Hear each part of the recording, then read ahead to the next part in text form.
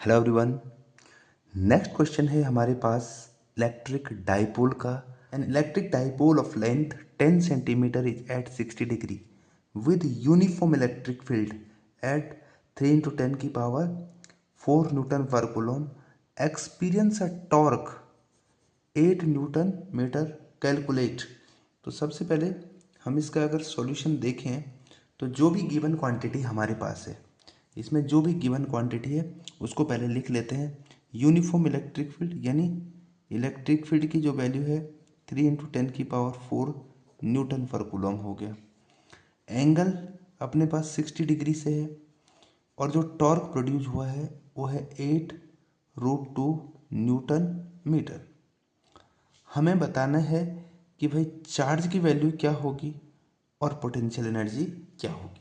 तो जो पहला कॉन्सेप्ट हमने पढ़ा है कि यहाँ पे अगर हम इसका डायग्राम देखें ऐसे करके यूनिफॉर्म इलेक्ट्रिक फील्ड बोला गया है, तो पहले यूनिफॉर्म इलेक्ट्रिक फील्ड बना लेते हैं।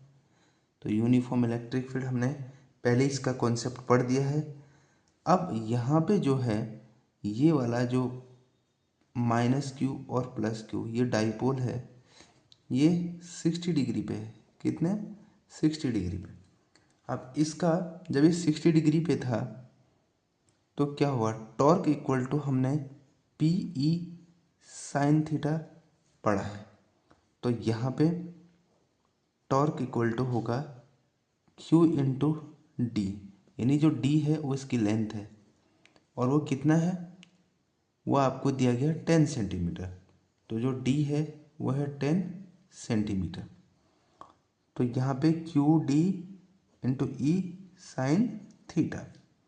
तो torque Q D E sine theta यानी यहाँ पे अगर हम इसको देखें तो 0.1 मीटर हो जाएगा, यानी मीटर में इसको कन्वर्ट कर देंगे। अब इसकी जो वैल्यू है वो है 8√2। क्यू चार्ज जो है यहाँ पे वो निकालना है।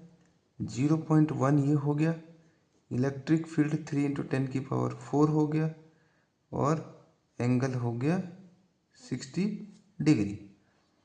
तो 8√2 equal to Q into 3 into 10 की पावर 3 और साइन 60√3/2। अब यहाँ से अगर Q की वैल्यू देखें तो जो Q की वैल्यू यहाँ पे कैलकुलेट करके आएगी वो क्या आएगी, तो Q की वैल्यू जो कैलकुलेट करके आएगी वो आएगी 8 into 2 into √2 अपॉन 3√3 into 10 की पावर 3 कूलम। तो यहाँ पे जो है हो जाएगा 8×2=16√2 अपॉन 3√3 इंटू 10 की पावर -3 कूलम मीटर कूलम। अब यहाँ पे इस √2 की वैल्यू और √3 की वैल्यू जब हम रखेंगे तो वो सॉल्व हो जाएगा, क्योंकि √2 की वैल्यू 1.414 और √3 1.732। तो कैलकुलेट करके हम उसको एग्जैक्ट आंसर तक पहुँच सकते हैं। ओके, अब नेक्स्ट क्वेश्चन इसमें बोला गया है potential energy is rotating dipole. Angle 60 degree हम ऑलरेडी हमारे पास है। अब मान लीजिए ये पहले कितने पे रहा होगा, ये 0 डिग्री पे था। अब 0 डिग्री से ये ऐसे 60 डिग्री पे घूम गया। तो यहाँ पे उसने electric dipole of length is at 60 degree पे, क्या है 60 डिग्री पे है ये विद यूनिफॉर्म इलेक्ट्रिक फील्ड। तो पोटेंशियल एनर्जी जो है वो हो जाती है -PE cos थीटा। तो जो PE है वो Q into D E cos theta. Q अपने पास आया 16√2 अपॉन 3√3 इंटू 10 की power 3 into D 0.1 and 3 into 10⁴ और cos 60 1/2। तो यहाँ पे एक, तो ये 3 और ये पॉइंट गया, तो 3 से फिर 3 भी कट गया और 8, तो -8√2/√3, ये क्या आ जाएगा, जूल।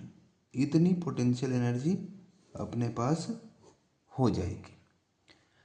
अब यहाँ पे जब हमने दोनों कॉन्सेप्ट, पोटेंशियल एनर्जी भी निकाल दी रोटेटिंग डाइपोल की, और चार्ज भी हमने निकाल दिया कि कितना चार्ज होगा। अब यहाँ पे एक नोट हमारे पास है, एक नोट बना के हम करते हैं। तो यहाँ पे जैसे P इक्वल टू अपने पास Q इंटू एल, ये होता है डाइपोल मोमेंट का फॉर्मूला यहाँ पे और यहाँ। तो यहाँ पे जो ये Q है, तो यहाँ पे कहने का मतलब है क्या, ये P जो है वो Q के साथ डॉट प्रोडक्ट होता है या Q के साथ सिंपल मल्टीप्लाई होता है, ये क्या है। यहाँ पे Q के साथ ये डॉट प्रोडक्ट होगा या फिर क्रॉस प्रोडक्ट होगा या फिर सिंपल मल्टीप्लाई होगा। तो हम ये जानते हैं कि जो Q है वो Q क्या है, स्केलर है। Q एक स्केलर क्वांटिटी है। तो अगर वो किसी के साथ अगर मल्टीप्लाई होगा तो उसका डॉट प्रोडक्ट नहीं होगा, क्योंकि खुद एक वेक्टर नहीं है। तो क्या होगा, सिंपल मल्टीप्लाई, डॉट प्रोडक्ट नहीं होगा। इसीलिए हम हमेशा उसको ऐसे लिखते हैं, ना कि ऐसे।